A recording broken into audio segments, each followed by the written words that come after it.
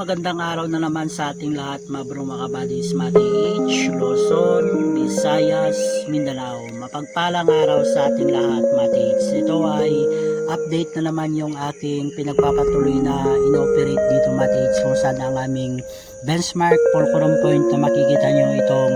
malaking bato na meron siyang hugis puso at meron siyang 5 araw, at yung 2 araw dito ay yung mas maliit na araw ay nakapoint dito sa spot na isa sa tinira ko, kung saan ito ay naka-alignment ng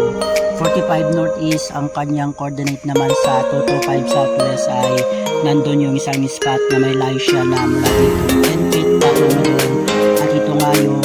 spot na tinira ko ay papasok na ito sa layo na 8 feet, at ang panibagong lumabas HTM na naman natin siya ay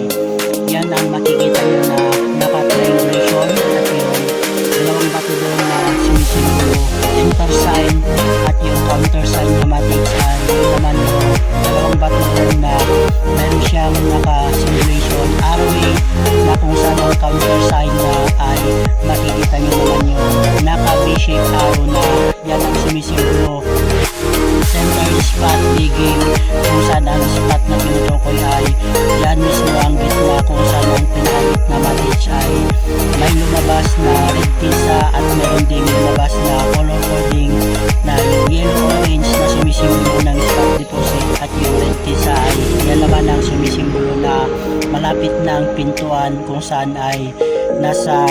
papasok na ako sa 8 feet, kung saan ang tumuturo na naka-triangulation ay positive area, kung saan nga ang spot ay dyan na mismo ang center spot, kung saan ay nagpapahiwatig na tuloy na ang digging dyan, na kung saan yung enter sign ay sumisimbolo na enter, papasok na dyan, kung saan nga ay tuloy ang digging dito, matis. At ito ay updated lamang sa inyo, matis, kung ano ang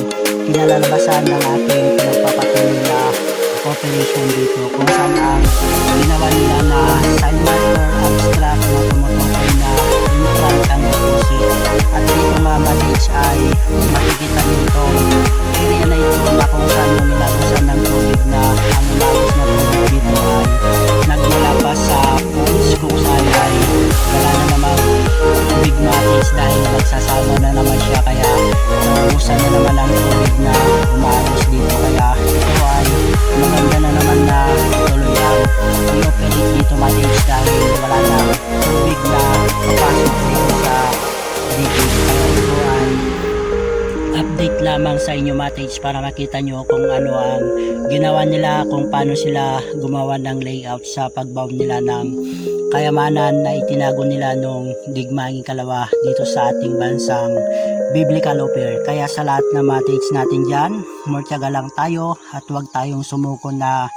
subukang hanapin ng mga itinago nilang kayamanan nung digmaang ikalawa dito sa ating bansang affair. At nawa sana lahat tayo sa darating na 2024 ay makatagpo tayo ng buried treasure during World War II load na ibinaon ng mga Hapon nung sila ay ibinaon na nila ang mga kayamanan na nagmula pa sa karatig Asian natin, na ang mga kayamanan ay dito nga sa ating bansang affair itinago nung sila ay malapit na silang matalo sa digmaang dalawa na ang pinalaban nila ay ang mga American soldier, at tumulong din ang ating mga bayaning guerrilla warrior na mula dito sa ating bansang biblical affair or Pilipinas. Kaya ito ay update lamang sa inyo, matis, at ito ay napakagandang sharing ito sa inyo, matis, para meron kayong reference kung paano i-decode, kung paano basahin ang mga marker na ginawa nila na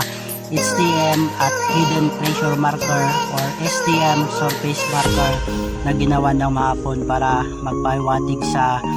deposit na itinago nila, matis. Good luck sa ating lahat. Abalahiyam, Team Sewasyan, guide and best sa ating lahat, matis. Yada, more power.